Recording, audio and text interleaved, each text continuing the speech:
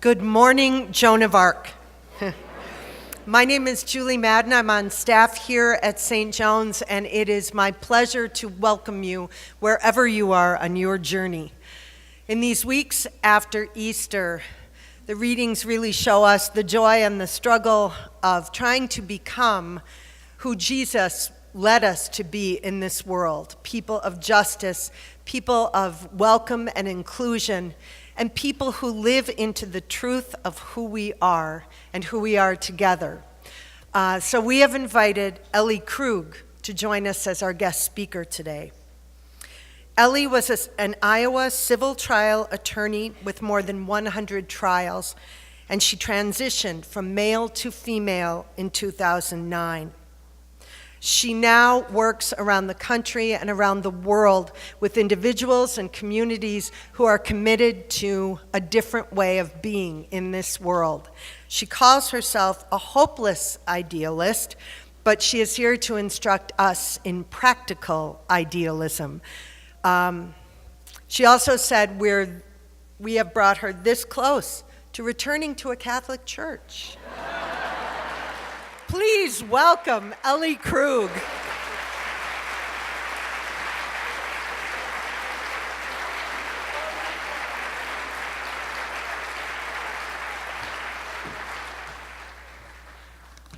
Okay, well, Julie, thanks for that really incredible introduction that I wrote. And I also want to thank John Sullivan, who was really instrumental in getting me here, and Father Jim. Good morning, everyone. How are you all? I hope you're doing great. I just, a couple of just very quick things. There's a newsletter in the back that you can sign up for. I've got 5 books left to sell if you want to buy my book.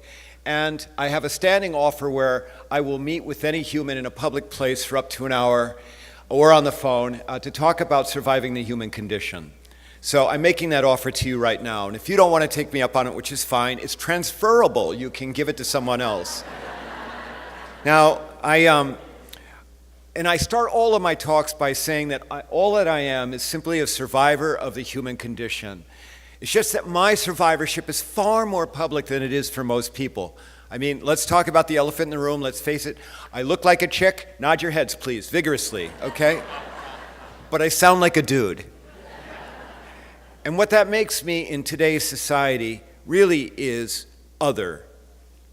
But you know, the way that humans work, we group and label humans across the board, we can make anyone other. I could line up a dozen blonde-haired, tall men, blonde-haired 40-year-old guys, and if we worked at it, we can make each one of them other. Oh, he's too tall. He's too short. And now I'm going to veer, because Julie and I talked a little bit during your Mass. Sorry, Father. And she asked me something about how did I find my truth. And I told her, and she said, Ellie, you've got to talk about this in the second Mass, so I'm going to do that. So I did not transition genders until I was 52. For the longest time, I was Catholic. I grew up Catholic, and I was taught that you have to self-sacrifice, that you could not ever love yourself more than you could love anyone else. And I married my high school sweetheart, and before it was all over, she was my soulmate. We were together for 32 years before it fell apart. And I tried, and we had 2 beautiful daughters, a house in the best neighborhood in Cedar Rapids. I had a very successful law practice. I tried so hard to stay a boy, even though there was this thing inside me, this thing that was telling me that I had to live my life as me, as who I really am. And I did everything, therapy, alcohol, drugs, all kinds of stuff to just stay a boy. And then my truth came to me. It came to me on a night and on a day that almost everyone in this room experienced along with me, and that was 9/11. And I found myself on the night of 9/11 sitting in St. Matthew's Church in Cedar Rapids, literally almost in the front row. I think we were in the second pew. And I could not get out of my head that I was one of the people on one of those planes. You may recall 2 of the planes were out of Boston. They were early morning flights. I practiced law in Boston for a number of years and took early morning flights out of Boston. And as I sat there, I just couldn't get out of my head that I was in one of those planes looking out the window, and I saw the tower up ahead, and I knew that I was going to die.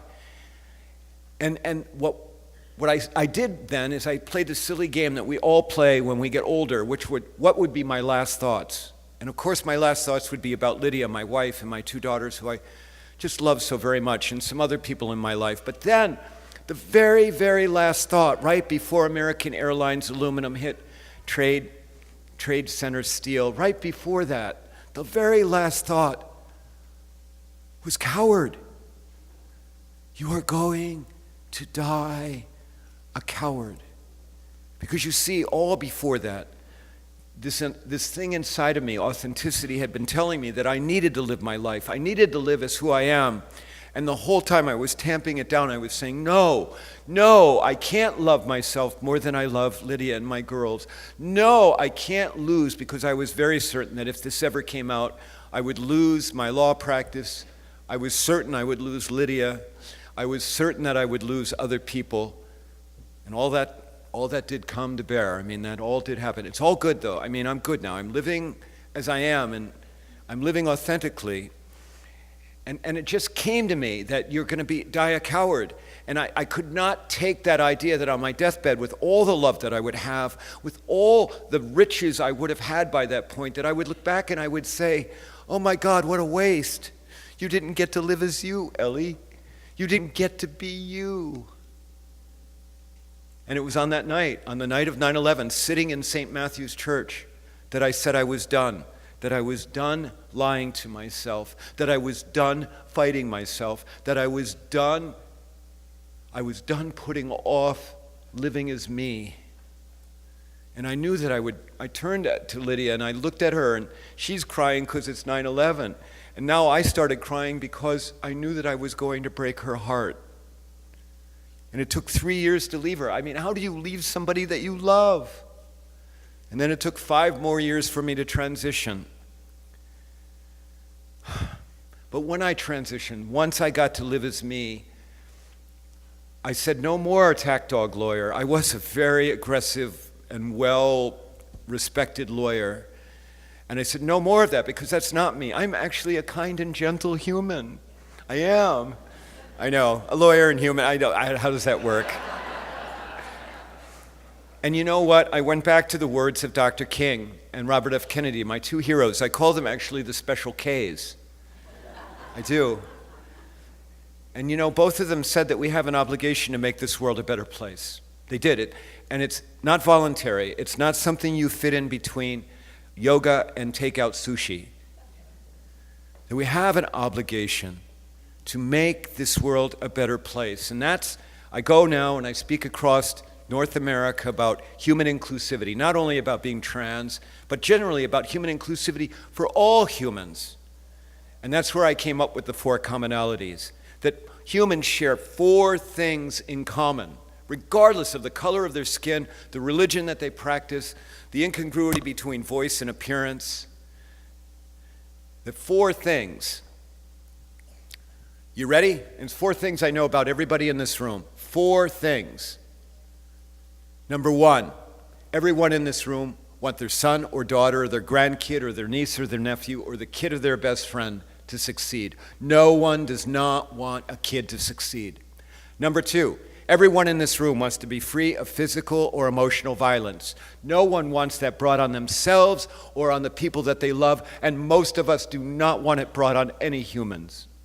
Number 3, everyone in this room wants 20 minutes of peace. We're all old enough to know we're not going to get 100%. It might come in the last 5 minutes, the last 500 breaths after we say, okay, I'm ready. But up until then, until that happens, I, along with you, we want 20 minutes out on the patio, watching the sun go down, drinking our favorite beverage, without somebody in the background saying, honey, where is the? Or without the 26-year-old daughter calling about yet another emergency that isn't. And last but not least, everyone in this room, I know this about you, I absolutely am certain of it. Everyone in this room wants to love and be loved. Now, I have to tell you, I could not stand here and tell you about those four commonalities with passion and with authenticity if I was here as a man, because I could not be able to feel those things as if I was denying myself as who I am. But I can come here, I can say these to you with my full heart and tell you that I believe in the power of the four commonalities because it is true. We are all empathetic people. Everyone in this room has an empathetic heart. It's just that we are scared to death to allow those hearts to show up. We're afraid we're going to get caught up in something, or, oh my God, what's this going to cost me? And I only wanted to do this for 20 minutes, now it's 20 hours. But you know what? Our hearts will not leave us alone because it is who we are as humans. I believe in the power of the four commonalities. So I ask you, we are here in the Twin Cities, we're very segregated, particularly broad brush, but if you go to restaurants, you will see that your servers are often white. The people who pour your water, the people who bring you the bread, they are very often people of color. Very often they're foreign-born. They are often told not to speak to you. They are invisible people. They are anonymous people. Will you do me this favor? When you go to your restaurant tonight or wherever it is that you're being served, will you please remember this, that as that person is standing there, that anonymous, dark-skinned person is standing there pouring your water, will you please remember that just like you, they have the same four commonalities going for them at that very moment. They do. Now, I'm here with the honor of speaking to you. The work that I do it brings people hope. It brings people a pathway to get through all of the crap. If we can just understand our commonalities and if we can talk about them and if we can give them life and force. But I need your help. I need to stand in front of larger audiences. I speak to groups of 20 or 30 or 50. I need to speak to more groups of this size to bring my message about our commonalities and about the power of the human heart, the human empathetic heart. So I ask you, help me get to some place. Invite me to come speak. I will do that. I live here in the Twin Cities, but I travel. Lastly, please remember this. And you have shown this to me today. I mean, the amount of compassion that I received after the first talk, unbelievable. Please have compassion for others. Allow your empathetic heart to show.